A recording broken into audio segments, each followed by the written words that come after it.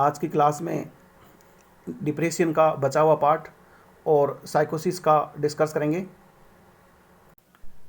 Last class में हमने discuss किया है कि डिप्रेशन और डिप्रेशन में पेशेंट जो है वो कैसा होता है, वो अकेले में रहेगा, उसके निगेटिव थॉट आती हैं, निगेटिव फीलिंग आती हैं और ऐसे लोगों में सुसाइडल टेंडेंसी जो है जब भी देखे सुबह शाम कभी भी इनके दिमाग में अमेजिंग बनती है कि मुझे सुसाइडल कर लेना चाहिए, लेकिन ऐसा नहीं हो।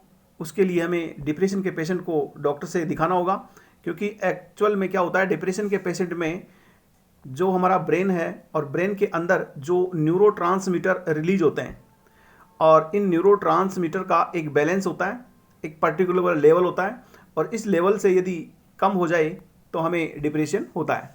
और यहाँ डिप्रेशन के लिए रेस्पॉन्सिबल न्यूरोट्रांसमीटर होते हैं नॉर एड्रीनलिन और 5-हाइड्रोक्सी ट्रिप्टामाइन।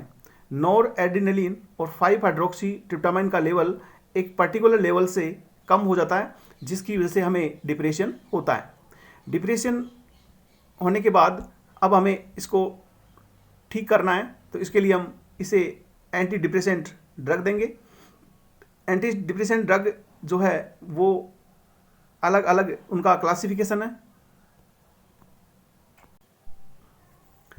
इसमें एक है ट्राई कार्बोक्सिलिक एंटी डिप्रेसेंट, और try carboxylic anti depressant drug में हमने आपको बताया कि ये हमारा न्यूरोट्रांसमीटर है और न्यूरोट्रांसमीटर से नॉर एड्रीनलिन और 5-हाइड्रोक्सी ट्रिप्टामाइन का रिलीज होता है।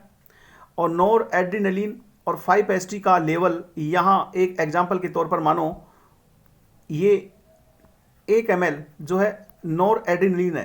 हालांकि ऐसा होता नहीं है 1 ml, लेकिन आपको ट्रिक बता रहा हूँ याद करने के लिए कि यहाँ पर 1 ml जो है क्या है, न्यूरोट्रांसमीटर नॉर एड्रीनलिन है और नॉर एड्रीनलिन का पर्टिकुलर लेवल यहाँ पे बने रहना चाहिए। अब यहाँ पर नॉर एड्रीनलिन जो 1 ml है, इसको डिग्रेड होना है या कम होना है तो यहाँ पर अलग अलग मैकेनिज्म होती हैं। जैसे नॉर एड्रीनलिन एक एंजाइम होता है माओ एंजाइम। माओ एंजाइम की प्रेजेंस में क्या होता है, माओ एंजाइम की प्रेजेंस में ये इनएक्टिव हो जाता है, यानी यहाँ नॉर एड्रीनलिन जो है वो डिग्रेड होती हैं। एक यहाँ अल्फा-2 रिसेप्टर होता है जो कि प्री सिनेप्टिक अल्फा-2 रिसेप्टर है और इस रिसेप्टर के थ्रू नॉर एड्रीनलिन जो है वो इस रिसेप्टर पर बाइंड होगी और इस रिसेप्टर को एक्टिवेट करके नॉर एड्रीनलिन खुद के रिलीज को कम कर लेती हैं। यानी अल्फा-2 रिसेप्टर के एक्टिवेट होने पर नॉर एड्रीनलिन खुद के रिलीज को कम करती हैं। इसके अलावा नॉर एड्रीनलिन का यहाँ से जो है क्या होता है, एक्सोनल रीअपटेक होता है और एक्सोनल रीअपटेक के थ्रू यहाँ नॉर एड्रीनलिन का लेवल कम होता है और ये यहाँ से फिर वेजिकल्स में वापस और यहाँ से फिर रिलीज होता है। तो नॉर एड्रीनलिन का पर्टिकुलर लेवल जो यहाँ बने रहना है और इसका लेवल यदि एक पर्टिकुलर लेवल से कम हो जाए तो हमें डिप्रेशन आता है और इस पर्टिकुलर लेवल को हमें बनाना है। तो यहाँ पर जो डिग्रेड मैकेनिज्म है, एक तो एक्सोनल रीअपटेक और एक अल्फा-2 के द्वारा जो है एक्टिवेट करके यहाँ से नॉर एड्रीनलिन को डिक्रीज किया जाता है बाय निगेटिव फीडबैक, यानी निगेटिव फीडबैक होता है और निगेटिव फीडबैक के थ्रू नॉर एड्रीनलिन का रिलीज कम किया जाता है। और इसके अलावा माओ एंजाइम की प्रेजेंस में यहाँ खुद को डिग्रेड करती है नॉर एड्रीनलिन। तो यहाँ पर आप देखेंगे कि यदि माओ एंजाइम को इनहिबिट कर लिया जाए तो क्या होगा, माओ एंजाइम को इनहिबिट करते ही नॉर एड्रीनलिन का पर्टिकुलर लेवल बना रहेगा, यानी वो डिग्रेड नहीं होगी। इसी तरह यदि अल्फा-2 को ब्लॉक किया जाए तो अल्फा-2 को ब्लॉक करने पर क्या होगा, यहाँ पर नॉर एड्रीनलिन का रिलीज जो है वो पर्टिकुलर बना रहेगा। और अल्फा-2 प्री सिनेप्टिक अल्फा-2 रिसेप्टर को ब्लॉक करने वाली ड्रग कौन सी होती हैं, मेनसेरिन और एक मैंने आपको ट्रिक दी थी मैन मिराज यानी मिर्टा जेपिन, दोनों ही अल्फा-2 रिसेप्टर को ब्लॉक करने वाली ड्रग हैं। और नॉर एड्रीनलिन और 5-हाइड्रोक्सी ट्रिप्टामाइन, इन दोनों का एक्सोनल रीअपटेक एक साथ हो सकता है, यानी कोई ड्रग ऐसी हो सकती हैं जो नॉर एड्रीनलिन और 5-HT दोनों का वजन लेके चल सकती है। यानी यहाँ से एक तरह से आप ट्रिक बनाइए कि ये एक पाइप है और इस पाइप के थ्रू नॉर एड्रीनलिन और 5 mg 5 हाइड्रोक्सीट्रिप्टामाइन यहाँ पाइप के थ्रू यहाँ आ जाते हैं और यहाँ पर नोर एड्रेनालिन और 5-HT दोनों को साथ लेके चलने वाली ड्रग जो है वो क्या होती हैं, try carboxylic anti depressant drug. और यहाँ पर हो सकता है कि 1 ml क्या हो, नोर एड्रेनालिन और 1 ml 5 हाइड्रोक्सीट्रिप्टामाइन हो। तो यहाँ पर यदि नोर एड्रेनालिन की मात्रा को ज़्यादा लेकर चले और 5 हाइड्रोक्सीट्रिप्टामाइन की मात्रा को कम लेकर चले तो वो ड्रग जो है वो कौन सी होगी, वो Na एंड 5-HT में डिवाइडेशन करते हैं, ये डेसिप्रामाइन नोर ट्रिप्टालिन हो सकती हैं। और यदि कोई ड्रग 5-HT को ज़्यादा और Na को कम लेके चले वो drug 5-HT Na try carboxylic anti depressant होगी, यानी 5-HT को थोड़ा ज़्यादा लेके चलेगी। ऐसी ड्रग इमीप्रामिन और एमिट्रेप्टालिन ये हैं। तो यहाँ आप देखेंगे इमीप्रामिन का एक्टिव मेटाबोलाइट क्या होता है, इमीप्रामिन का एक्टिव मेटाबोलाइट डेसिप्रामिन और एमिट्रेप्टालिन का एक्टिव मेटाबोलाइट नोर ट्रिप्टालिन होता है। लेकिन यहाँ ध्यान रखना है कि इमीप्रामिन, एमिट्रेप्टालिन, डेसिप्रामिन, नोर ट्रिप्टालिन चारों ड्रग जो है वो एक्टिव ड्रग हैं, कोई भी इनमें प्रो ड्रग नहीं है और इनके मेटाबोलाइट भी एक्टिव रहेंगे। अब हमने आपको बताया कि नोर एड्रेनालिन का रिलीज यहाँ पे पर्टिकुलर हमें बढ़ाना है क्योंकि डिप्रेशन के पेशेंट में नोर एड्रेनालिन और 5-HT का लेवल डिक्रीज होता है और इसे इंक्रीज करने के लिए यहाँ से जो 3 मैकेनिज्म है, या तो अल्फा-2 रिसेप्टर को एक्टिवेट करके खुद के एक्शन को इनिबिट करेगी, रिलीज कम करवाएगी, तो इसलिए हमें अल्फा-2 को ब्लॉक करना होगा, यानी प्री सिनेप्टिक अल्फा-2 ब्लॉकर देने होंगे, या माओ एंजाइम है उसको इनिबिट करेंगे और माओ एंजाइम को इनिबिट करेंगे तो नोर एड्रेनालिन का डिग्रेडेशन इनिबिट हो जाएगा, या नोर एड्रेनालिन का यहाँ से क्या हो रहा है, पाइप के थ्रू जो है एक्सोनल रीअपटेक हो रहा है और एक्सोनल रीअपटेक को यदि इनिबिट किया जाए तो यहाँ पर ट्राई कार्बोक्सिलिक एंटी डिप्रेसेंट के द्वारा यहाँ नोर एड्रेनालिन और 5-HT का लेवल बना रहेगा, यानी पाइप को हम try carboxylic anti depressant drug के थ्रू बंद करेंगे तो नोर एड्रेनालिन और यहाँ इसका जो क्या हो रहा था, यहाँ पर इनका एक्सोनल रीअपटेक हो रहा था वो अब नहीं होगा। एक यहाँ पे आपको देखना है कि नोर एड्रेनालिन और 5-HT कुछ ड्रग ऐसी भी होंगी जो ओनली नोर एड्रेनालिन के एक्सोनल रीअपटेक को इनिबिट करेगी, यानी नोर एड्रेनालिन इस पाइप के थ्रू, इस प्लास्टिक के पाइप के थ्रू यहाँ जा रहा है और यहाँ से रिलीज होता है, लेकिन इस पाइप में जाना यदि हम बंद कर दें तो उन ड्रग को हम क्या कहेंगे, यहाँ नोर एड्रेनालिन है तो उनको हम कहेंगे सेलेक्टिव नोर एड्रेनालिन रीअपटेक इनहिबिटर्स। तो सेलेक्टिव नोर एड्रेनालिन रीअपटेक इनहिबिटर में 2 ड्रग हैं, एक मैंने बताई आपको निसोजेटिन और एक रेबोक्सजेटिन, ये दोनों ड्रग सेलेक्टिव नोर एड्रेनालिन रीअपटेक इनहिबिटर्स हैं। जबकि यहाँ यदि 5-HT के एक्सोनल रीअपटेक को इनहिबिट किया जाए तो 5-HT के रीअपटेक को इनहिबिट करने वाली ड्रग जो है वो क्या कहलाएंगी, सेलेक्टिव सेरोटोनिन रीअपटेक इनहिबिटर्स। तो ये ड्रग जो हैं क्या होती हैं, ये 5-HT सेरोटोनिन के रीअपटेक को इनहिबिट करती हैं और सेलेक्टिवली हैं, और इन ड्रग के नाम जो है क्या होंगी, फ्लावोक्सेट, फ्लुवोक्सेमाइन, सिटालोप्राम, ये सब ड्रग जो हैं वो SSRIs होंगी।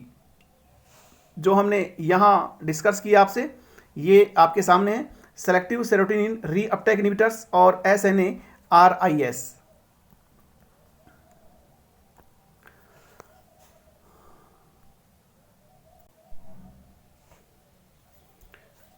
यहाँ एटिपिकल एंटी डिप्रेसेंट जो है ट्राजोडोन है और मेंसेरिन और मिर्टाजेपिन, वेनिलाफेक्सिन और बुप्रोपायोन। इसकी हमने आपको ट्रिक दी थी कि आपको एटिपिकल में एक ट्राजोडोन याद करना है। इसके अलावा मैन मिराज, यानी मुख्य क्या है आपके पास, आप खाते हो मिराज गुटखा, यानी मैन मिराज जो है आपके पास, मैन मिराज उसका फ्लेवर कैसा है, वेनिला की तरह, वेनिलाफेक्सिन। और इसको खाने के बाद इंसान जो है वो गुस्से में आएगा, जिसको हम देसी भाषा में बोलते हैं बुपर गया। इस तरह से आप बुप्रोपायोन याद रखना, बुप्रोपायोन यहाँ पर होगी। और बुस्पिरोन, यानी बुश पहनाते हैं अपन, जैसे अपन टायर ट्यूब होते हैं वहाँ जो ये सेप्ट होती हैं, उस टाइम में अपन इस तरह से लोहे के जो है क्या पहनाते हैं, सेप्ट में, उसमें बुस्पिरोन बुश पहनाते हैं। इस तरह से याद करना है। अब जो है हम डिस्कस करते हैं यहाँ पर एंटी डिप्रेसेंट का बचा हुआ पार्ट MAO इनहिबिटर्स। इससे पहले मैं आपको एक बात और बताऊं, यहाँ पर एटिपिकल जो एंटीसाइकोटिक कौन है, एटिपिकल एंटी डिप्रेसेंट वेनिला फैक्सिन है। और वेनिला फैक्सिन जो है उसमें एंटीकोलिनर्जिक प्रॉपर्टी नहीं होती हैं, उसमें एंटीकोलिनर्जिक प्रॉपर्टी नहीं होती। और यहाँ पर इसके जो साइड इफेक्ट एंटीकोलिनर्जिक प्रॉपर्टी की वजह से आते वो यहाँ पर आपको नहीं मिलेंगे। और MAO इनहिबिटर यानी माओ इनहिबिटर है। और माओ इनहिबिटर में देखो, माओ इनहिबिटर में जो है एक तो माओ A एंजाइम को इनहिबिट करने वाली ड्रग हो और एक माओ B एंजाइम को इनहिबिट करने वाली ड्रग हो। और कुछ ऐसी ड्रग हो जो A प्लस B दोनों को इनहिबिट करें और उनको हम क्या बोलते हैं, नॉन सेलेक्टिव माओ इनहिबिटर। नॉन सेलेक्टिव माओ इनहिबिटर। सबसे पहले माओ A एंजाइम को इनहिबिट करने वाली ड्रग दो होती हैं, मोक्लोबेमाइड और क्लोरगाइलिन। और माओ A एंजाइम को इनहिबिट करने वाली drug as a antidepressant काम में ली जाती हैं, एज ए एंटी डिप्रेसेंट काम में लेते हैं। जबकि माओ B को इनहिबिट करने वाली ड्रग, जैसे एग्जांपल है सेलिजिलाइन। सेलिजिलाइन ड्रग जो है वो क्या करती हैं, वो एज ए एंटी डिप्रेसेंट काम नहीं करती, वो एज ए पार्किंसोनिज्म काम करती हैं। पार्किंसोनिज्म में क्या होता है, डोपामाइन का लेवल बेसल गैंग्लिया में कम हो जाता है और बेसल गैंग्लिया में डोपामाइन का लेवल, घटे हुए डोपामाइन लेवल को बढ़ाने के लिए हम जो है एज ए एंटी पार्किंसन सेलिजिलाइन का यूज़ करते हैं। और ये सेलिजिलाइन ड्रग एंटी पार्किंसन ड्रग में डिस्कस करेंगे। जबकि माओ A और B एंजाइम को इनहिबिट करने वाली ड्रग नॉन सेलेक्टिव माओ इनहिबिटर ड्रग कहलाती हैं। और नॉन सेलेक्टिव माओ इनहिबिटर ड्रग के अंदर कौन सी ड्रग होती हैं, तीन होती हैं, I, P और T। I मीन्स आइसो कार्बोक्सिजाइड, फेनाल्जाइन और ट्रानिल साइप्रोमाइन। इनके अंदर I और P ड्रग की ट्रिक थी कि इनके अंदर हाइड्राजीन रिंग पाई जाती हैं, हाइड्राजीन रिंग पाई जाती हैं। इस तरह से ट्रिक बना के इनको याद करना है। अब हम डिस्कस में साइड इफेक्ट देखते हैं। देखो, try carboxylic acid, try carboxylic anti depressant drug है। और try carboxylic anti depressant drug को हम यदि यूज कर रहे हैं तो उनका साइड इफेक्ट क्या होगा, ये एपेटाइट को इंक्रीज करती हैं, तो आपको भूख ज़्यादा लगेगी और भूख लगने के बाद आपका वेट गेन भी होगा, क्योंकि आप try carboxylic anti depressant drug ले रहे हैं। तो इन ड्रग के लेने की वजह से क्या होगा, आप दवाई लेंगे, आपको नींद आएगी, आप दवाई लेके सो जाएंगे और आप मेहनत नहीं करेंगे, तो आपका वेट जो है एपेटाइट इंक्रीज होने की वजह से क्या होगा, बढ़ेगा और धीरे धीरे आपका वेट बढ़ के जो है आप मोटे हो जाएंगे। और एक विशेष बात है कि try carboxylic anti depressant drug में एंटी कोलिनर्जिक प्रॉपर्टी पाई जाती हैं, एंटी कोलिनर्जिक प्रॉपर्टी पाई जाती हैं। एंटी कोलिनर्जिक प्रॉपर्टी होने का मतलब है एसिटाइलकोलिन हमारी बॉडी में मस्करिनिक और निकोटिनिक रिसेप्टर पे काम करती हैं। और यदि मस्करिनिक रिसेप्टर को कोई ड्रग ब्लॉक करे तो उनको हम एंटी कोलिनर्जिक ड्रग कहते हैं। और एंटी कोलिनर्जिक ड्रग से पहले एसिटाइलकोलिन ड्रग का काम क्या होता है, हमारी बॉडी के जितने भी ऑर्गन्स हैं, चाहे वो यहाँ यूरिनरी ब्लैडर हो या हमारी ग्लैंडुलर सेक्रेशन हो, सेलाइवा हो या इंटेस्टिनल मोटिलिटी हो, सारी सभी को जो है वो क्या करती हैं, कॉन्ट्रैक्ट करती हैं, यानी आल पार्ट को कॉन्ट्रैक्ट करने का काम करती हैं। ऐसे हम मुट्ठी को बंद करते हैं, उसी तरह समझो कि ये हर पार्ट को कॉन्ट्रैक्ट करती हैं, ओनली हार्ट को छोड़ करके याद रखो। और ये कॉन्ट्रैक्ट करेगी तो क्या होगा, हमारे पार्ट जो है कॉन्ट्रैक्ट होके क्या होंगे, कॉन्ट्रैक्ट, जैसे इंटेस्टिनल मोटिलिटी बढ़ेगी तो आपको लूज मोशन हो सकते हैं। यदि यूरिनरी ब्लैडर कॉन्ट्रैक्ट होगा तो या आपके यूरिन मिक्सचुरेशन में ये फेवर करेगा, यानी आपको बाथरूम आराम से लगेगी। और यदि एंटी कोलिनर्जिक एक्शन आ गया तो इनके अपोजिट होगा, जैसे यूरिनरी ब्लैडर है और यूरिनरी ब्लैडर में यदि ये रिलैक्स हो गया, यानी एसिटाइलकोलिन के M रिसेप्टर को ब्लॉक कर रही है, यानी ये रिलैक्स होगा। और रिलैक्स होगा तो आपको बाथरूम यानी यूरिन मिक्सचुरेशन जो हो रहा था उसके अगेंस्ट काम करेगा, यानी ये रिलैक्स होने की वजह से अब आपको बाथरूम कम लगेगी, यानी यूरिनरी रिटेंशन हो सकता है। तो ये सब आपको यहाँ इन ड्रग में एंटी कोलिनर्जिक प्रॉपर्टी होने की वजह से देखने को मिल सकता है। इससे आपको क्या होगा, जैसे सलाइवा का सेक्रेशन नहीं हो रहा तो आपका ड्राइनेस ऑफ माउथ, यानी मुंह सूखा सूखा रहेगा। अपने माउथ के अंदर कौन सी ग्लैंड पाई जाती हैं, सलाइवा, सलाइवरी ग्लैंड। और वहाँ से यदि जो है सलाइवा का सेक्रेशन नहीं हुआ, एंटी कोलिनर्जिक प्रॉपर्टी होने की वजह से, इन ड्रग के देने की वजह से, तो आपका क्या होगा, ड्राइनेस ऑफ माउथ। और यदि हमारी आइज़ है और आइज़ के अंदर कौन सी ग्लैंड होती हैं, लैक्राइमल, और लेक्रामेल ग्लैंड का एंटीकोलिनर्जिक प्रॉपर्टी होने की वजह से यदि इनका एक्शन इनहिबिट हुआ तो यहाँ से आंसू लेक्रामेल ग्लैंड से लेक्रामेल सेक्रेशन डिक्रीज होगा, यानी हमारी आंखें सूखी सूखी जो है वो ड्राइनेस रहेंगी। और इसके अलावा जो है जो भी एंटीकोलिनर्जिक सिम्टम्स है वो आपको यहाँ देखने को मिल सकते हैं। आपको माओ इनहिबिटर के साथ एक इम्पोर्टेंट रिएक्शन बताते हैं। माओ इनहिबिटर जो है वो कौन से होते हैं, MAO माओ इनहिबिटर। और माओ इनहिबिटर जो हैं इन ड्रग को यदि हम एज ए एंटी डिप्रेसेंट दे रहे हैं तो इन ड्रग के देने पर यदि इस पेशेंट ने टायरामीन रिच डाइट खाई है, टायरामीन रिच डाइट यदि ये भोजन में खाने में लेता है तो उसको चीज रिएक्शन यहाँ देखने को मिलती हैं। यानी माओ इनहिबिटर ड्रग की वजह से चीज रिएक्शन देखने को मिलती हैं। और चीज रिएक्शन क्यों होती हैं, ये टायरामीन जो है फूड में प्रेजेंट होता है और इसका लेवल यदि बढ़ जाए तो हमें चीज रिएक्शन देखने को मिलती हैं। इसके अंदर क्या होगा, ये हमारा देखो लीवर होता है और नॉर्मल वे के अंदर जो है टायरामीन जो है इसका लीवर क्या करती है, मेटाबोलाइज करती हैं और लीवर मेटाबोलाइज करती हैं। लेकिन यदि हमने टायरामीन रिच डाइट किसी पेशेंट को दी है और as a antidepressant MAO inhibitor use कर रहे हैं तो टायरामीन का लेवल यहाँ क्या होगा, क्योंकि यहाँ पर नॉर्मल माओ इनहिबिटर जो ड्रग हैं वो क्या करती हैं, वो माओ एंजाइम को इनहिबिट करती हैं और ये एंजाइम को इनहिबिट कहाँ कर रही हैं, ब्रेन के अंदर इनहिबिट करती हैं। लेकिन साथ साथ में लीवर के माओ एंजाइम को भी इनहिबिट कर देती हैं। तो टायरामीन का यहाँ से मेटाबोलाइज होता है, लेकिन माओ एंजाइम जो यहाँ हमने माओ इनहिबिटर ड्रग दी हैं उनकी वजह से ब्रेन के साथ साथ लीवर का जो माओ एंजाइम है वो भी इनहिबिट हो जाता है। और इस एंजाइम के इनहिबिट होने की वजह से अब टायरामीन जो है मेटाबोलाइज नहीं हो पाएगी और टायरामीन का लेवल हमारे ब्लड में बढ़ जाएगा। और जब हमारे ब्लड में टायरामीन का लेवल बढ़ता है तो क्या होगा, हमारे टायरामीन का लेवल बढ़ते ही ये नॉर एड्रीनलिन रिलीज करवाता है और नॉर एड्रीनलिन के रिलीज करने की वजह से जो है क्या होता है, ब्लड वेजल्स कॉन्ट्रैक्ट होंगी और हमारा हार्ट रेट बढ़ेगी और इस वजह से जो है हमारे को क्या होगा, हाइपरटेंशन यानी ब्लड प्रेशर बढ़ जाएगा, ब्लड प्रेशर बढ़ जाएगा। कुल मिलाकर हम कह सकते हैं कि माओ एंजाइम को इनहिबिट करने वाली ड्रग जो है वो यदि हमने टायरामीन रिच डाइट खाई है तो क्या होगा, नॉर्मल वे में माओ एंजाइम इनहिबिटर ड्रग ब्रेन के एंजाइम के साथ साथ लीवर के एंजाइम को भी इनहिबिट कर देती हैं। इसकी वजह से टायरामीन का मेटाबोलाइज रुक जाता है और टायरामीन का लेवल ब्लड में बढ़ जाता है और इसके लेवल बढ़ने की वजह से जो है क्या होगा, ब्लड प्रेशर बढ़ेगा और ब्लड प्रेशर बढ़ेगा तो हमारे को कौन कौन से सिम्टम्स देखने को मिलेंगे, ब्लड प्रेशर बढ़ेंगे तो हाइपरटेंशन जो है पेशेंट देखने को मिलेगा। और टायरामीन रिच डाइट के सोर्स यदि पूछें तो क्या क्या हो सकते हैं, जैसे टायरामीन रिच डाइट में देखो पनीर हो सकता है और पनीर के अलावा आपको जो है अचार वगैरह हो सकते हैं या आप एल्कोहलिक ड्रिंक लेते हैं बियर वगैरह, इसमें टायरामीन रिच डाइट होती हैं। तो एज ए एंटी डिप्रेसेंट यदि माओ इनहिबिटर यूज कर रहे हैं तो हमें पनीर की डाइट वाली जो भी हैं उनको हमें अवॉइड करना है और यदि आपने ली है तो टायरामीन के लेवल बढ़ने की वजह से आप हाइपरटेंसिव हो जाएंगे।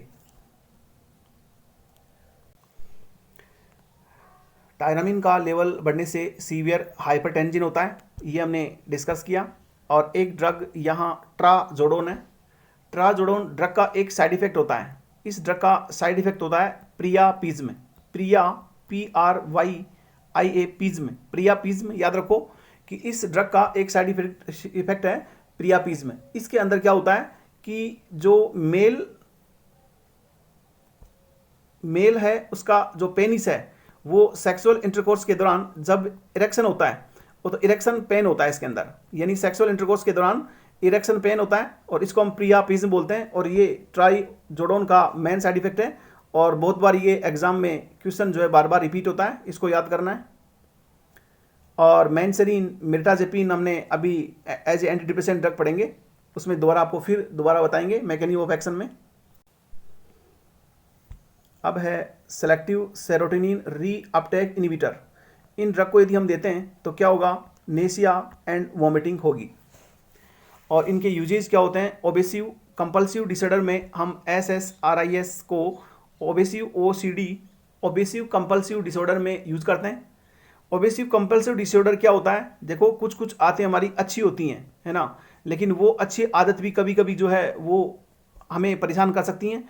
जैसे किसी व्यक्ति को साफ़ सुथरी जगह में बैठने की आदत है, माना कि हमें साफ़ सफाई रखनी है, लेकिन वो व्यक्ति इतनी साफ़ सफाई रखेगा, बैठते यदि एक तिनका भी पास में आ जाए तो उसको उठा के साइड में डालेगा, और यदि वो हाथ धोता है तो बार बार हाथ धोएगा, है ना। कहने का मतलब वो इतनी सफाई और इतना कुछ करेगा कि वो हमें जो है उससे एलर्जी होने लग जाएगी।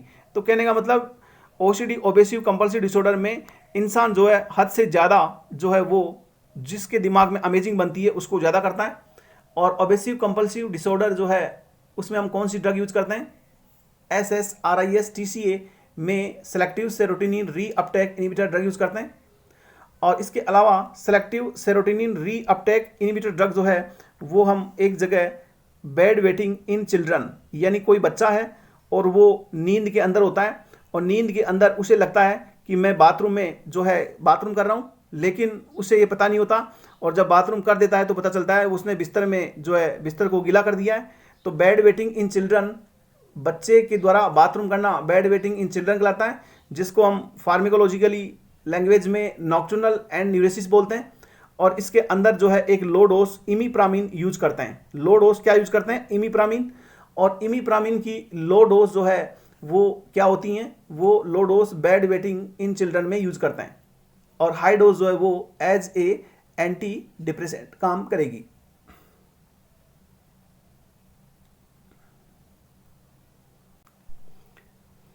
इसी तरह आप एस्पिरिन का डिस्कस करते हैं। और एस्पिरिन की यदि हम लो डोज लेते हैं, अब लो डोज देखो या तो 75 से 150 तक ले सकते हैं, या हम 50 से 100 mg तक ले सकते हैं। तो 50 से 100 mg ये लो डोज एस्पिरिन होती हैं।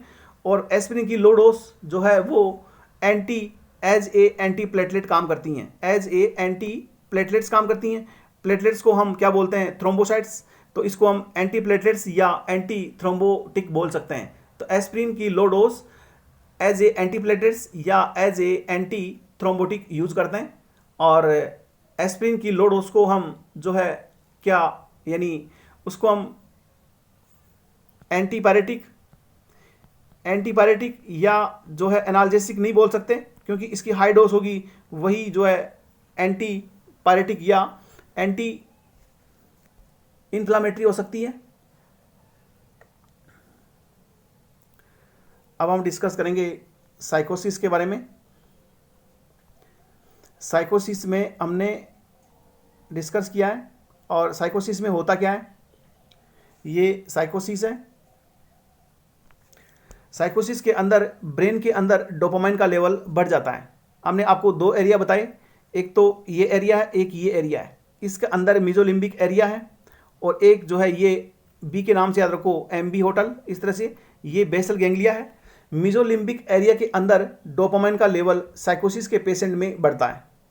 डोपामाइन का लेवल बढ़ने पर हम उसे मिनिमाइज करने के लिए क्या करते हैं, एंटी साइकोटिक ड्रग देते हैं। Anti psychotic drug dopamine level कम करती हैं, लेकिन कभी कभी यदि हमने डोज की मॉनिटरिंग नहीं की और पेशेंट को हमने समय पर नहीं बुलाया तो क्या होगा, डोपामाइन का लेवल यहाँ मिजोलिम्बिक एरिया के साथ साथ यहाँ बेसल गैंग्लिया में कम हो जाता है। और बेसल गैंग्लिया में जैसे ही डोपामाइन का लेवल कम होता है तो उसे एक डिजीज क्रिएट होती है, जिसे हम क्या बोलते हैं, पार्किंसोनिज्म।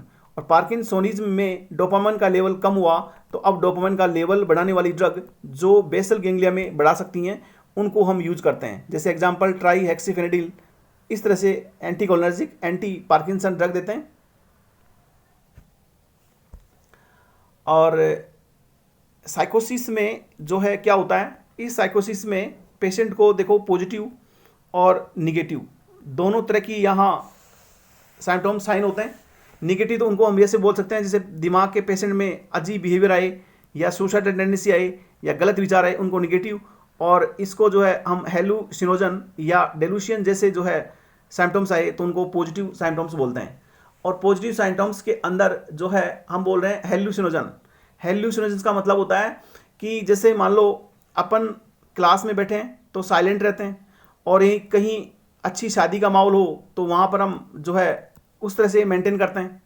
लेकिन यदि मैं एग्जांपल दूं, कहीं जो है कोई आदमी एक्सपायर हो गया और तीये की बैठक चल रही है, और तीये की बैठक चलते टाइम में कोई आदमी हंसता है, तो वो अच्छी बात नहीं है। यानी एक तो इंसान कुछ कमी से हंसे और एक इंसान जो है बार बार हंस रहा है, तो इसका मतलब उसको हेल्यूसिनोजन है। वो वहाँ लोग तो वहाँ पे चुपचाप मुंह लटका के बैठे हैं, क्योंकि यहाँ पर क्या चल रहा है, तीये की बैठक, और वो यहाँ पर आपको जो है लाफिंग कर रहा है, हंस रहा है बार बार, और साथ साथ में आपको भी हंसी आएगी, लेकिन हंसना नहीं है, क्योंकि ये पेशेंट है, क्योंकि ये इसको हेल्यूसिनोजन है। हेल्यूसिनोजन की वजह से उसे वो हंस रहा है, लेकिन उसे लग रहा है कि यहाँ का जो वातावरण है वो हंसने के लायक है, तो ये इसे बोलते हैं अपन हेल्यूसिनोजन। और जैसे एलएसडी ड्रग होती हैं, लाइसर्जिक एसिड डेरिवेटिव्स, और इनको लेने के बाद इंसान को अपने आप को क्या लगता है कि मैं दुनिया में सबसे बड़ा इंसान हूँ, और लाइसर्जिक एसिड डेरिवेटिव्स जो है उससे हेल्यूसिनोजन होता है। और यहाँ साइकोसिस ड्रग से भी हेल्यूसिनोजन आपको देखने को मिलेगा।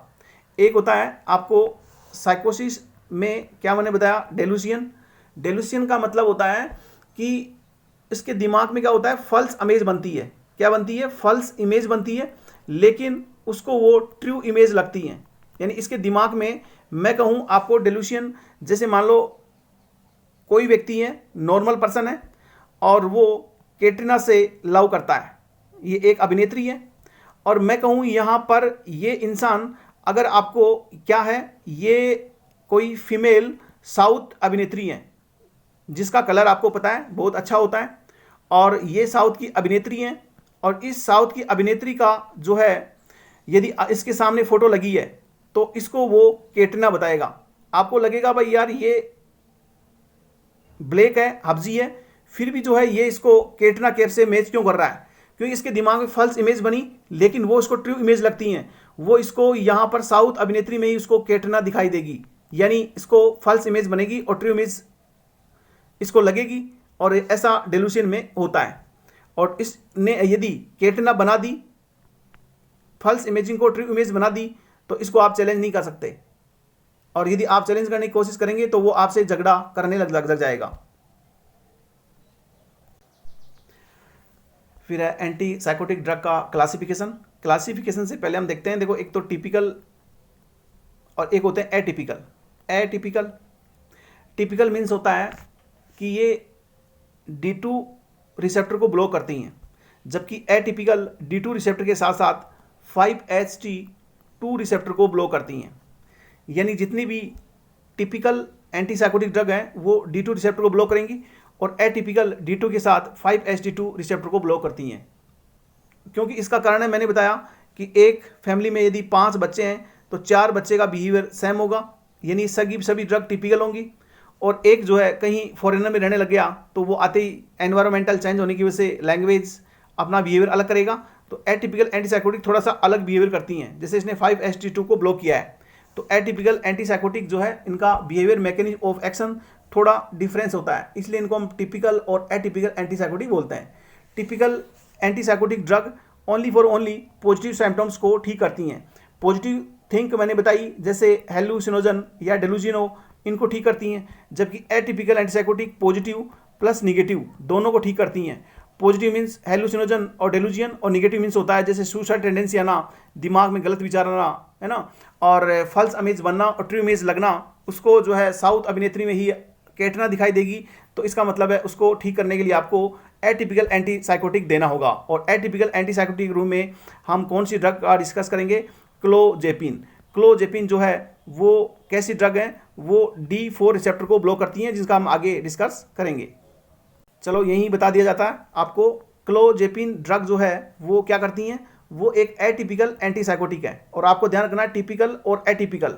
टिपिकल एंटीसाइकोटिक ड्रग जो है उनमें कुछ ऐसे सिम्टम्स आते हैं जिनको हम बोलते हैं, उनको बोलते हैं हम ईपीडी। यानी ईपीडी का मतलब होता है एक्स्ट्रा पायरिमिडल डिसऑर्डर, और ये आपको यहाँ ज़्यादा देखने को मिलेंगे। और टिपिकल ड्रग के द्वारा ईपीडी सिम्टम्स जो है आते हैं, इसका मतलब ये इनके साइड इफेक्ट हैं, और ये साइड इफेक्ट लेस आने चाहिए। तो एटिपिकल एंटीसाइकोटिक ड्रग है, इनके द्वारा ईपीडी के सिम्टम्स जो है वो लेस आते हैं, यानी बहुत कम आते हैं। और क्लोजेपिन ड्रग की यदि हम बात करें, तो क्लोजेपिन ड्रग जो है वो क्या होती हैं? एटिपिकल एंटीसाइकोटिक ड्रग है, और इसमें ईपीडी जो है लेस होती हैं, यानी लिस्ट होती हैं, मिनिमम होती हैं, और D4 रिसेप्टर को ब्लॉक करती हैं, और साथ साथ में ये 5-HT2 रिसेप्टर को भी ब्लॉक करती हैं।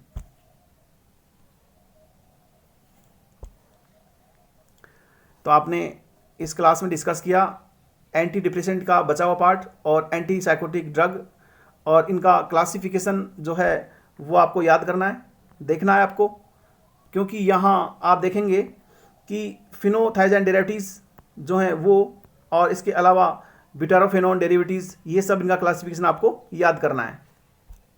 इसी के साथ अपनी क्लास कंप्लीट होती हैं।